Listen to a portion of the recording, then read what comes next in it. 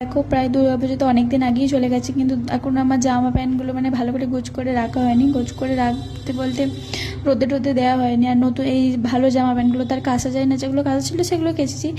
আর এইগুলো আর কি রোদে দিতে হবে, রোদে না দিলে গরমে পরেছিলাম মানে ঘামের গন্ধগুলো কেমন থেকে যায়। যদি রোদে দেওয়া হয় তাহলে জামা প্যান্টগুলো বেশ ভালো থাকে আর কি। আমার প্যাকিং করে ঢুকিয়ে দেবো।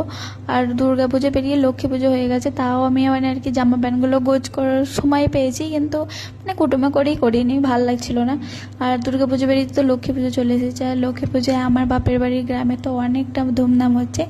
প্রায় পুজোর তো আজকে আমার বাপের বাড়ির গ্রামে আর কি পুজোর ভাসান, তো অনেকে মানে নাচ করছে, অনেকে এনজয় করছে, মানে সেগুলো ভিডিও কল করছে আর দেখছি।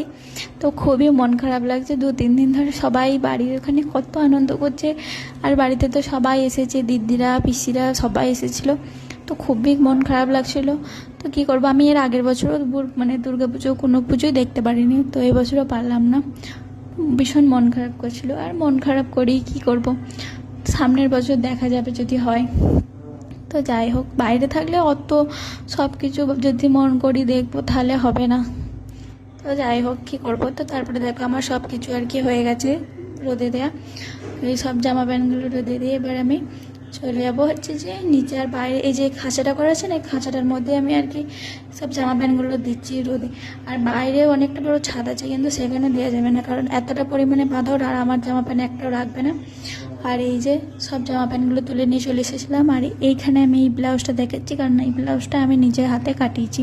তো ব্লাউজটা কেমন হয়েছে কমেন্ট করে জানাবেন। বেশি কিছু ডিজাইন দিইনি, হালকার মধ্যে একটু ডিজাইন দিয়েছি, একটা ফ্লাওয়ার লাগিয়ে দিয়েছি, ত্রিকোণা মতো ডিজাইন দিয়েছি, আর লেস লাগিয়ে দিয়েছি। আর বেশি কিছু করিনি।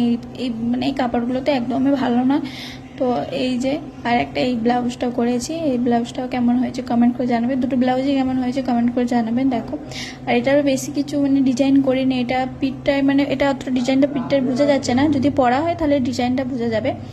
আর ডিজাইন মানে আমি তেমনভাবে পছন্দ করি না হিজিবিজি ডিজাইন। আর এই যে এই হাতে এই ডিজাইনটা দিয়েছি, তো এই ডিজাইনটা কেমন লাগছে কমেন্ট করবে তোমরা। আমার তো খুব পছন্দ হয়েছে এই ডিজাইনটা, সেই জন্যই করেছিলাম। এই লাটকানগুলো বানিয়েছি, এগুলো তখন খুবই ট্রেন্ডিং চলছে।